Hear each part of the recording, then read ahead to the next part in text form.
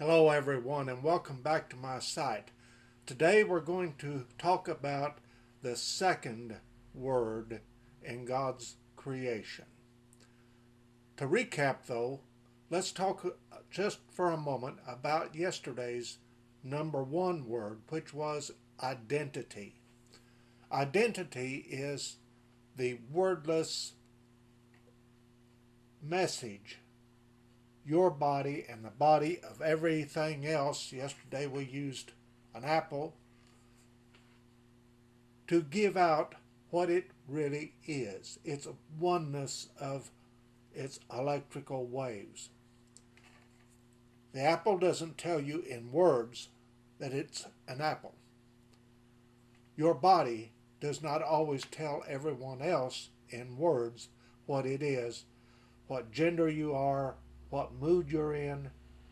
They know intuitively and by just looking at you that the essence of what you are is displayed in what you appear to be. That's the same as with everything else. The apple, for example, has motion within it and without.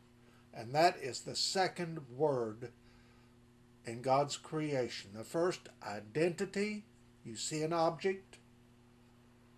That object tells you wordlessly because God's objects were here giving out their identity before words were ever thought of or brought about, before even the human being was created. Identity, wordless identity, was telling the universe what each and everything is. Now, everything must stay in the number two word, motion. If you see a person, no matter whether they're lying in bed sound asleep, or a tree, anything, a rock, it is in motion. Take our apple once again. As it hangs on the tree, it is being charged by the earth, fed by the earth. All of that is motion carried on from the roots, from the soil, the roots, the tree trunk, the limbs, and finally the apple. Even the apple will someday drop from the limb to the ground, or it appears to. That is all motion. You see, as the apple is dropping, it's dropping towards the face of the earth as our eyes can see. But that's a slight illusion. You see, the electrical potential of the apple is the same as the center of the earth. So the apple is actually attempting to fall to the center of the earth.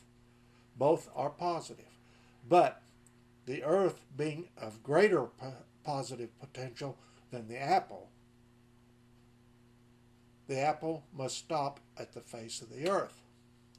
Now, what I want you to meditate on is that every motion, such as the apple falling from the tree, there is a potential that rises up as it's falling, which cancels out both motions.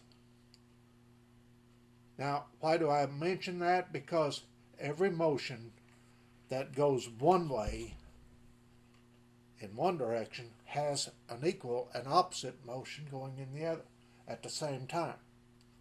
This keeps the universe eternal. There is no time in the eternal universe. No such thing. Time only appears as a dimension. Actually, this universe is ageless. It can't have an age. Motion is continuous. It's eternal. Just as silence is and stillness are eternal, motion must be eternal. The only thing that changes is dimension. Now, as dimension changes, say the apple finally lands on the face of the earth, it doesn't stop there. It gives out its gases until it has what we call decayed into the soil. You see, motion is eternal. Your body, when it passes out and dies, will continue in motion, giving itself back to the earth. But your consciousness is ageless. And that consciousness is the invisible you that everybody talks about and loves. Motion is continuous and eternal.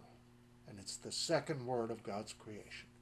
Thank you so much, and have a wonderful week. Bye-bye.